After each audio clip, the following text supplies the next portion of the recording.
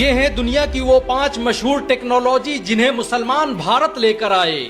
मुसलमानों ने विज्ञान के क्षेत्र में कई कीर्तिमान स्थापित किए। अगर मुसलमान भारत न आते तो भारत के पास न तो परमाणु बम होता और न ही दिल्ली और आगरा जैसा शहर। मुसलमानों के बगैर भारत रॉकेट टेक्नोलॉजी से भी महरूम रहता, क्योंकि इसे बनाने वाला टीपू सुल्तान भी एक मुसलमान था। मुसलमानों द्वारा भारत लाई गई टेक्नोलॉजी की लिस्ट में पहला नाम तोपखाना और बारूद का आता है। इसे बनाने और इस्तेमाल करने की तकनीक मुसलमान ही भारत लेकर आए थे। भारत में पहली बार बारूद का इस्तेमाल शहंशाह बाबर के द्वारा किया गया। मुसलमान 7वीं सदी ईस्वी में ही बारूद बनाने की तकनीक का आविष्कार कर चुके थे। सन 1524 में जब बाबर फरगना से भारत की तरफ लश्कर लेकर रवाना हुआ तो उसके साथ ये टेक्नोलॉजी भी भारत चली आई। टीपू सुल्तान ने इसी बारूद का इस्तेमाल करते हुए ऐसे ऐसे रॉकेट बनाए जिन्हें देखकर दुनिया दंग रह गई। मुसलमानों ने मिलिट्री साइंस के क्षेत्र में कई कीर्तिमान स्थापित किए। मिलिट्री टेक्नोलॉजी पर दुनिया की पहली किताब एक मुस्लिम वैज्ञानिक हसन अल रम्मा ने लिखी थी। इस किताब में पहली बार रॉकेट टेक्नोलॉजी का कॉन्सेप्ट पेश किया गया। ये किताब आज भी वाशिंगटन डीसी के नेशनल एयर स्पेस म्यूजियम में देखी जा सकती है। मुसलमानों द्वारा लाई गई टेक्नोलॉजी की लिस्ट में दूसरा नाम पेपर मेकिंग टेक्नोलॉजी का आता है।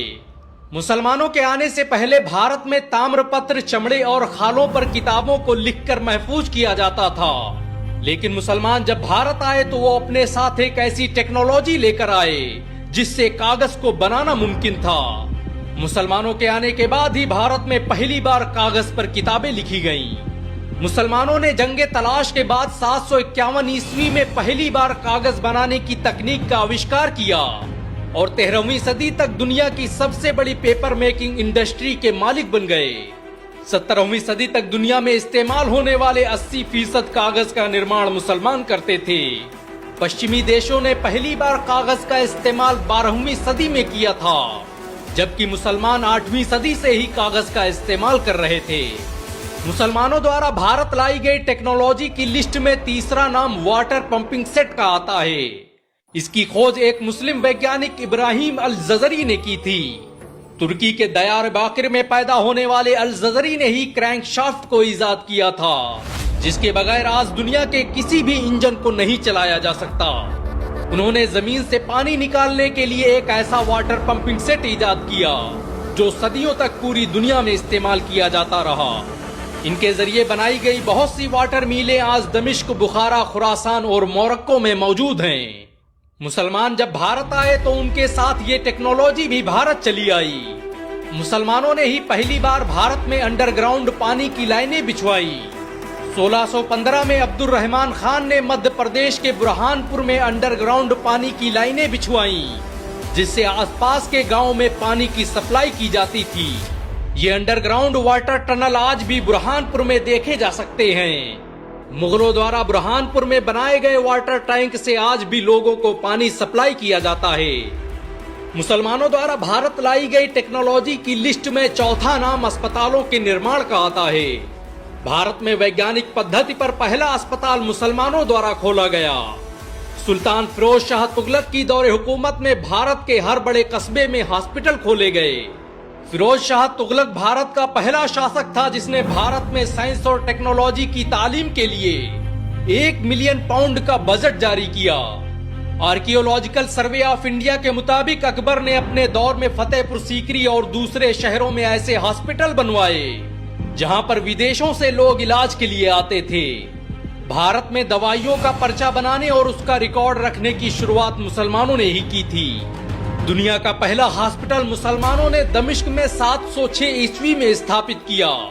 दुनिया की पहली मेडिकल यूनिवर्सिटी भी मुसलमानों ने ही स्थापित की थी। नूरुद्दीन जंगी ने 12वीं सदी में एक ऐसा मेडिकल कॉलेज स्थापित किया जिसमें छात्र रहकर शिक्षा हासिल करते थे। इस हॉस्पिटल में खाने से लेकर रहने, पढ़ने और लाइब्रेरी तक की सुविधा मौजूद थी। मुसलमानों द्वारा भारत लाई गई टेक्नोलॉजी की लिस्ट में 5वां नाम धातु निर्माण और सेलेस्टियल ग्लोब का आता है।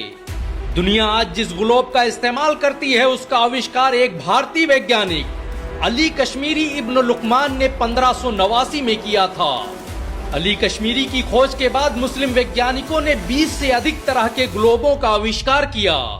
दुनिया में आज भी कोई स्कूल, हॉस्पिटल और रिसर्च सेंटर ऐसा नहीं जहां पर इस हिंदुस्तानी मुसलमान द्वारा इजाद किया गया ग्लोब न इस्तेमाल किया जाता हो।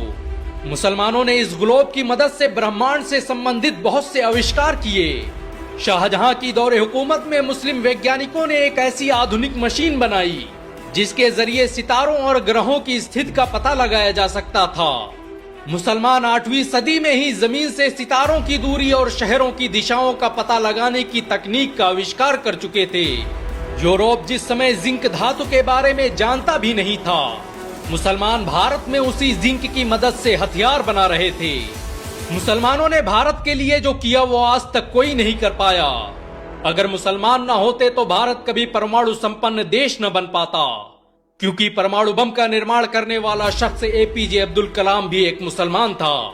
भारत को जब भी जरूरत पड़ी मुसलमान इस देश के लिए सीना ताने खड़ा रहा। क्या आप मानते हैं कि मुसलमान आज भी भारत की सबसे वफादार कौम है? नीचे कमेंट में जरूर बताएं।